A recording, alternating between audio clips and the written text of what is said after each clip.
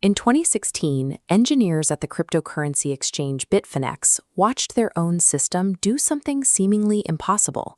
In real time, 119,000 Bitcoin, a massive cache that would eventually be valued at $4.5 billion, was actively draining from their exchange and heading to an unknown external wallet.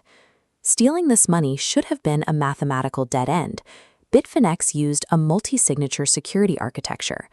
To approve a single transaction, the system required authorization from multiple cryptographic keys held by different parties on different servers.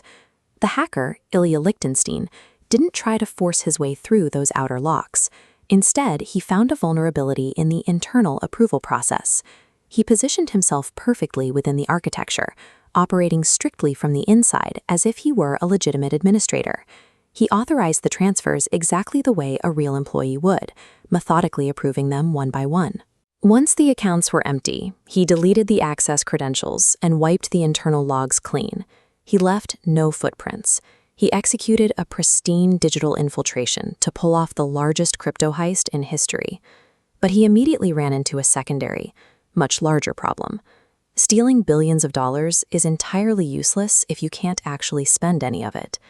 While the global crypto markets dropped 20% and international intelligence agencies scrambled to find the culprit, Lichtenstein did nothing. He let the stolen fortunes sit in a single wallet, completely unmoving, for 5 full months. He had to wait because of the nature of Bitcoin itself. The blockchain is a public ledger. Every transaction ever made is permanently visible to anyone who knows where to look. This made the stolen fortune radioactive. The money was securely in his possession, but the moment he tried to move it anywhere useful, he would create a bright, unerasable thread leading straight back to the original theft. So he used time as camouflage. By sitting perfectly still, he let the trail go cold, while investigators spent months chasing phantom leads across Russia, China, and North Korea. This set up the core operational challenge of the next 6 years. He needed a way to take a highly visible, highly radioactive digital fortune and funnel it down into the physical world without setting off a single alarm. To start washing the funds, Lichtenstein turned to Alphabay.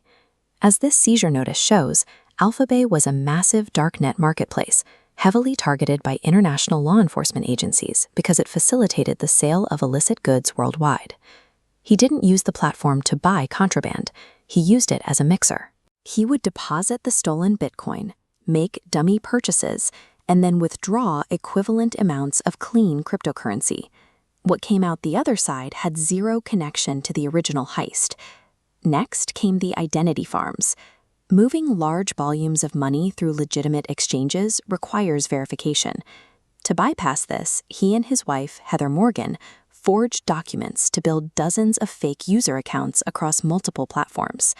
Automated scripts trickled money between fake accounts in exact increments, staying just beneath the automatic reporting thresholds of compliance algorithms. Then came chain hopping.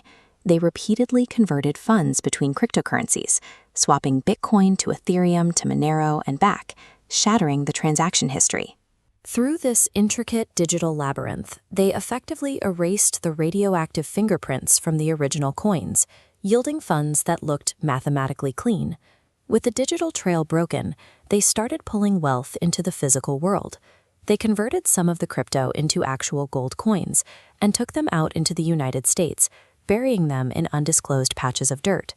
They also established an intricate network of international cash routes. Lichtenstein traveled to Ukraine and Kazakhstan to meet with local middlemen who specialized in turning digital assets into hard currency. He practiced strict operational security during these trips. Authorities later found Russian-language documents detailing his intense study of floor plans to ensure he perfectly avoided security camera angles inside Ukrainian post offices. He physically carried small, unsuspicious stacks of this cash on flights across borders, depositing them directly into traditional American bank accounts. The most advanced digital heist in history ultimately required the oldest, most analog smuggling techniques of organized crime to actually work. But every money laundering operation faces a fatal bottleneck. Eventually, digital wealth must convert into tangible things, groceries, cars, apartments, requiring real-world identities. A specialized IRS tracking team spent years mapping out the flow of the stolen funds. Finally, they spotted an anomaly. A tiny fraction of a coin, far removed from the original wallet, moved to a platform selling prepaid gift cards. The purchase that triggered their alarms was entirely mundane.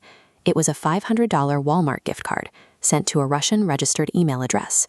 Investigators traced the exact IP address used for that gift card transaction directly back to a New York cloud service provider. The billing records held on those servers linked to a name they had never connected to the case before, Ilya Lichtenstein.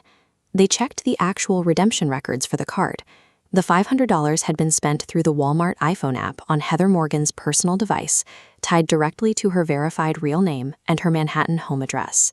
A $4.5 billion cryptographic fortress, protected by years of meticulous laundering, was completely compromised by a single, careless $500 domestic errand. At 3 a.m. on January 5th, federal agents assembled beneath this Wall Street sign, entering the luxury residential tower where Lichtenstein and Morgan lived. Inside the apartment, they found the physical remnants of the operation. Under the bed, Morgan tried to hide a bag labeled burner phones. Agents also recovered fake passports and $40,000 in cash. Inside Lichtenstein's cloud storage, investigators found a single unencrypted document. It listed more than 2,000 private wallet keys, providing the government with the direct access required to seize the billions. 18 months later, Lichtenstein confirmed a final detail that ended years of intelligence agency speculation. There was no international syndicate or state actor. He hacked Bitfinex and managed the operation alone. You can execute a flawless, invisible cybercrime in the digital realm, but escaping the physical world, where humans need real apartments, verified identities, and trips to the store, remains impossible.